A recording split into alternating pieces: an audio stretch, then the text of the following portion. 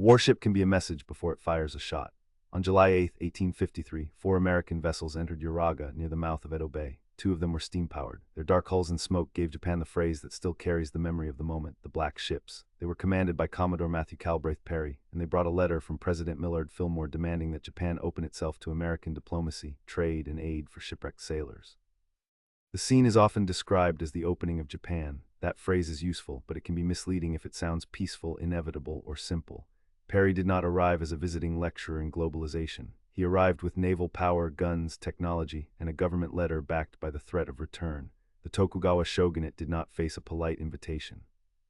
It faced a strategic problem in the form of ships that could steam against wind and tide, anchor near the approaches to the shogun's capital, and make refusal look dangerous.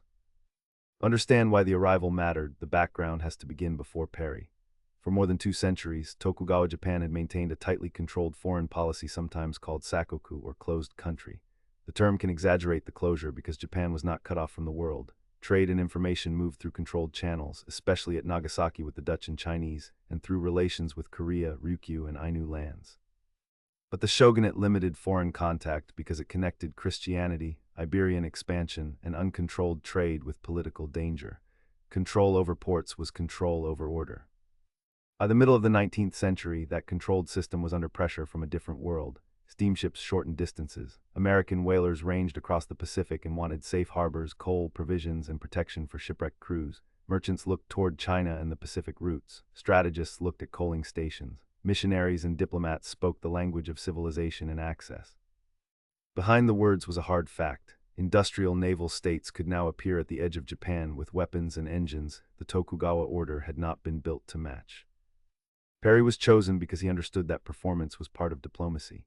He refused to be treated as a minor envoy. He insisted that he carried a letter for the highest authority. He avoided the old Dutch channel at Nagasaki and went directly to Uraga, close to Edo, the political heart of Tokugawa power. His squadron included the steam frigates Susquehanna and Mississippi, along with sailing vessels. Their arrival made technology visible.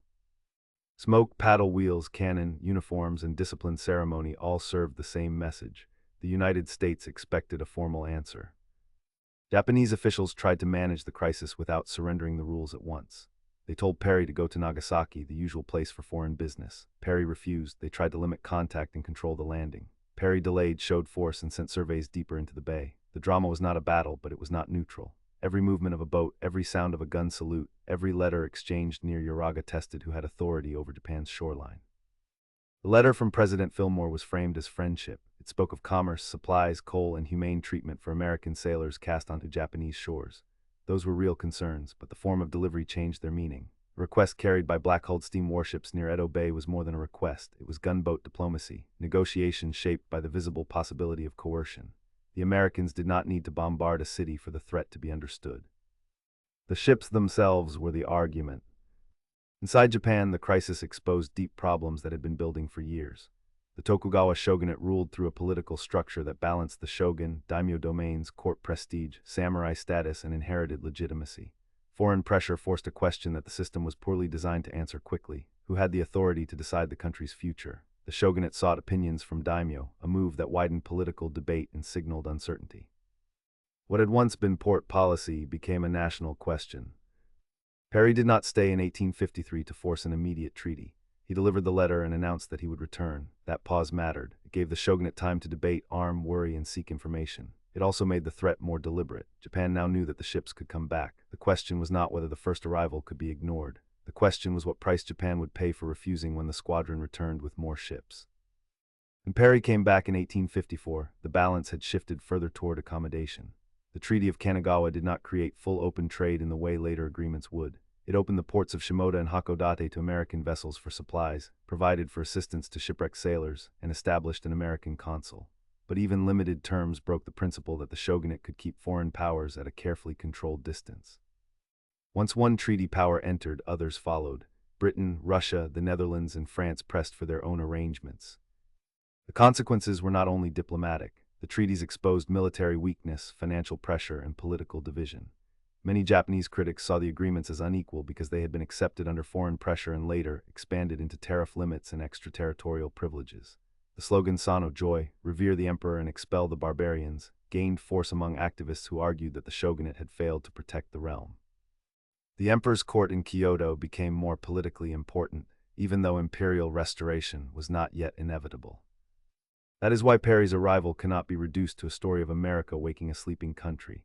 Japan was not asleep. It had cities, markets, literacy, political institutions, scientific learning through Dutch books, and intense internal debates. What the Black Ships did was expose a mismatch between a controlled foreign system and an industrial imperial world. The shock was not that Japan had no knowledge of outsiders. The shock was that knowledge was no longer enough to keep outsiders at the old distance. Years after the treaties, Japan entered a period of crisis that ended with the fall of the Tokugawa shogunate and the Meiji Restoration in 1868. The new government moved rapidly to centralize authority, reform taxation, build modern armed forces, study Western technology, send missions abroad, and renegotiate Japan's place in the international order. Some of that transformation came from domestic conflicts that predated Perry. Some came from Japanese choices after Perry. But the Black Ships became the symbol of the moment when avoiding the issue was no longer possible. There is a darker layer to the story as well. Perry's mission was part of a 19th century world in which powerful states forced access on weaker or more isolated governments. The same century saw unequal treaties in China, imperial expansion across Asia and Africa, and a global order increasingly organized by steam, guns, ports, and credit. Japan's later leaders studied that world with urgency. One lesson they drew was defensive modernization. Another, eventually, was imperial competition of their own. The opening of Japan was therefore not only the beginning of exchange, it was part of the age of coercive globalization. For the United States, the expedition looked like a Pacific success. It supported whaling routes, trade ambitions, and national prestige. It fit the expansionist confidence of a country that had recently crossed the continent and was looking across the ocean. But the American record should not be read only as clever diplomacy. It also shows how a republic used military theater to compel another society to alter its laws. Perry's careful ceremonies and official letters did not erase the pressure behind them. For Japan, the memory remained complicated. The Black Ships humiliated the shogunate, but they also became a warning and a catalyst. Artists recorded the foreign vessels and their crews with fascination and anxiety. Officials studied the ships. Reformers argued over how to survive. Traditionalists demanded resistance. The story became a mirror in which Japan saw both danger and possibility. The danger of being coerced and the possibility of mastering the tools that had made coercion possible. The most important thing to see in the Uraga encounter is the relationship between technology and authority. Steam power was not just a better engine, it changed the meaning of distance. Naval guns were not just weapons, they changed the meaning of a diplomatic note. A port was not just a harbor, it was a claim about sovereignty, law, and who could decide who entered. When Perry's ships appeared in Edo Bay, all those meanings collided in one narrow stretch of water.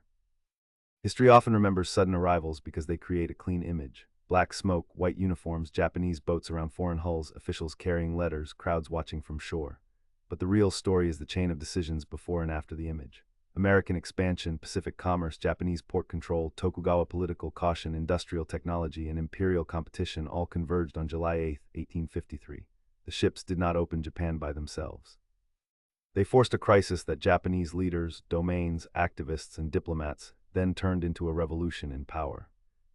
The Black Ships are therefore not just a story about one commodore, they are a story about a world changing shape.